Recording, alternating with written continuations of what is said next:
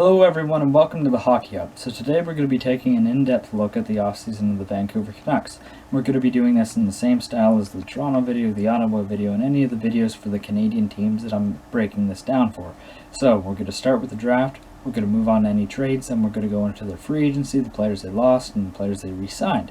So starting with the draft.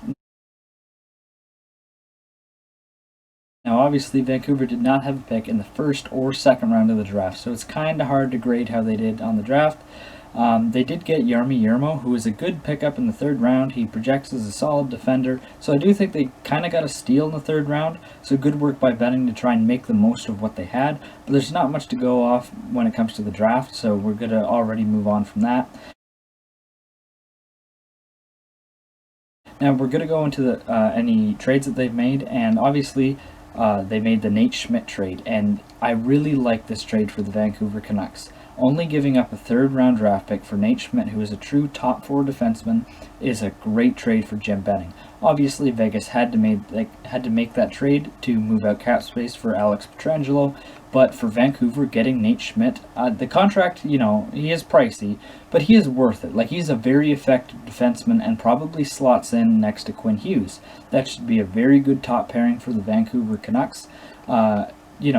Schmidt can do it all. He can penalty kill, he can play on the power play, he's a great utility defenseman, he's a good 5-on-5 defenseman, so I really think Vancouver fans are going to like him. So that trade alone has really helped save part of Vancouver's offseason, because yeah, that's definitely been Benning's best work of the entire offseason. It's a fantastic trade, as long as obviously Schmidt can play well in Vancouver. If he regresses, then doesn't look very good, but he should play very well in Vancouver, and Vancouver fans are going to have to hope so, especially at that contract. Now, going into the players that they re-signed forward Jake Virtanen to a 2-year, $2.55 AAV contract. I think this is a good contract for Virtanen. He was close to hitting 20 goals last year. I know a lot of Canucks fans are sour on him due to rumors of his work ethic, and his play in the playoffs wasn't spectacular either. But I think for what Virtanen brings, it's a solid deal. Worst case scenario, he regresses and he's only a 10-goal scorer. It's not an albatross contract. It's not a long-term deal. So I see little risk in it. And if he can be the player he was this past season again, I honestly think it's a fair deal. Like, he was pretty good in the regular season. They also re-signed forward Tyler Mott to a 2-year, $1.25 million AAV contract as well. Mott is a solid fourth liner. He played very well for them in the playoffs, scoring a few beautiful goals against the St. Louis Blues. I think that this is a decent contract. It's not a steal or anything. $1.25 million for a fourth liner. It's okay. Like, Mott is a solid player, but he's nothing spectacular, but he does, obviously chip in the odd nice goal, and is, once again, a useful utility player playing on the penalty kill and things like that. They also re-signed forward Adam Gaudette to a 1-year, $975,000 contract. Once again, it's a solid deal. I actually think it's definitely an underpayment for what Gaudette provides, but since it's a 1-year deal, it's not really a steal, because if he has another good year, then he's going to demand some money. But for 1 year, having him at under $1 million is very good. I think Gaudette's one of the most underrated Canucks. He's a solid third-line center and definitely does project as the third-line center in the future behind Pettersson and Horvat.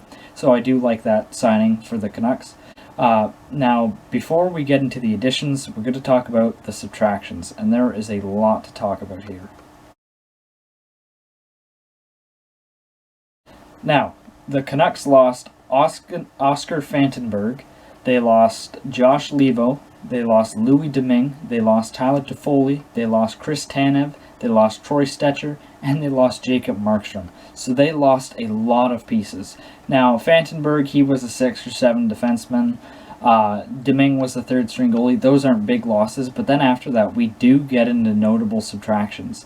Losing Troy Stecher, he was a very good third-pairing defenseman for Vancouver that would shuffle up and down the lineup for them. So losing Stecher, not even qualifying him, I understand why they didn't qualify him, because his qualifying offer would have been quite pricey, but they just lost him for nothing, and that is going to hurt. Losing Tanev, obviously, was actually kind of shocking to me. I thought out of all three, Tanev had the best chance to stay, and they even lost him. And when you look at the contract that Calgary gave him, I don't understand why Vancouver couldn't have done the same thing. Now, I know looking back, the Nate Schmidt trade and everything, but losing Tanev, I mean, he's been a Canuck for what feels like forever. It's a presence that is going to be missed in the locker room, I'm sure, and on the ice. They lost Tyler Toffoli to Montreal, which obviously Toffoli was a deadline acquisition, so Vancouver was still a good team before they picked him up.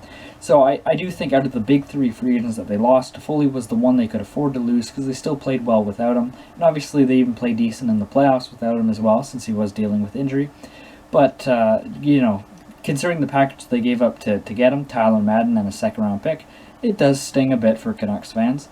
Then there's also losing Josh Levo to Calgary, which Vancouver did a lot of losing pieces to Calgary. So losing Levo to Calgary, Levo was a solid third liner. He was injured during the playoffs and for a large part of the regular season. Once again, I kind of thought he might still stay in Vancouver, considering Benning was talking about his health and everything. But they lost him to Calgary, and it's one of those deals that I look at it and say, why couldn't Vancouver have signed him to that? It was under $1 million. It was 1 year.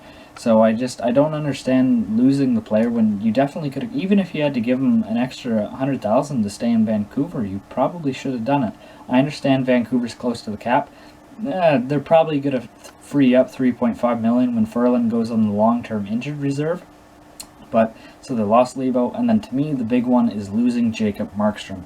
Markstrom has been the team's MVP for the last couple years now, and losing him hurts. Markstrom was fourth in Vezina voting. He's a fantastic goalie. He's one of the best in the league, top 10 easily in my opinion, and was amazing in the playoffs. I know Demko ended up stealing the show at the end, and we'll talk about him later. But losing Markstrom, it's a big loss, and especially losing him to a division rival, it's going to make for interesting games between Calgary and Vancouver, that's for certain. But losing Markstrom hurts, and obviously, he was great as a Canuck, and is probably one of the better Canuck goalies in their history. Not as good as Kirk McLean or Roberto Luongo, but Markstrom did carve out his own little legacy in Vancouver at the end there. But enough about the doom and gloom, let's go into what they added. So they signed Jace Howard-Luck to a 1 year, I think it was about $850,000 deal. Solid depth signing. Howard-Luck is a decent, 13th forward if you have to, or I still think he can be a serviceable fourth liner. He was a former second-round pick, so there is a bit of talent there, and we saw that for a brief moment in Ottawa, where I think he had 7 points in 15 games. So I like that signing for Vancouver. It's a good depth move. Hopefully helps improve that expensive bottom six that doesn't necessarily perform most nights. They also added Braden Holtby, which the Holtby deal confused me at first because I thought, if they were going to lose Markstrom, then Demko was going to be the starter. And I get there is risk to that since he's a young goaltender, but I figured they would have signed maybe a more veteran backup. But I think they're expecting Holtby to be their starter, at least their 1A, considering the money they gave him. Now, obviously, Seattle is probably going to pick him up, but even just going into this year, Canucks fans are going to have to hope for a bounce-back season from Braden Holtby because he was brutal in Washington last year. I don't mind the pickup for Vancouver. It does make sense from a logistical standpoint, but it's still a downgrade on Markstrom. But, I still think Holtby can have a bit of a resurgence here in Vancouver and hopefully surprise some fans and put up good numbers and have a good year. But then he's probably going to Seattle, which could end up being one of Vancouver's rivals. So there's good and bad with that. And once again, going back to their most notable offseason addition would be the Nate Schmidt trade, but we already talked about that. We already talked about what he brings to the Canucks lineup, and I think he's going to bring a lot. Definitely Vancouver's best move of the offseason, getting Nate Schmidt. Really like the move. Not much more I can say about it. But looking at the Canucks roster and just what they lost versus what they got back, I don't see how you could call this offseason a win for Ottawa. I mean, it was brutal, to be quite honest. Every major UFA they had left, even some of the minor ones. And considering what they got back, I do think Vancouver took a big step backwards. I still think they're going to be a good team. If they play in regular divisions, I still think they should, hopefully still be a wild card team. But I had big hopes for Vancouver going into this season, and I don't have those same hopes now. Losing Markstrom, losing Tanev, real key guys, it's going to hurt. And it wouldn't shock me to see Vancouver take a step back and fall out of the playoffs once again due to what they'd lost. So this offseason, I think I'm going to have to give Vancouver a D. I do like the Nate Schmidt trade, like I talked about. I do like signing Jace Howard-Luck. I think the contracts that they gave out to their RFA forwards were good.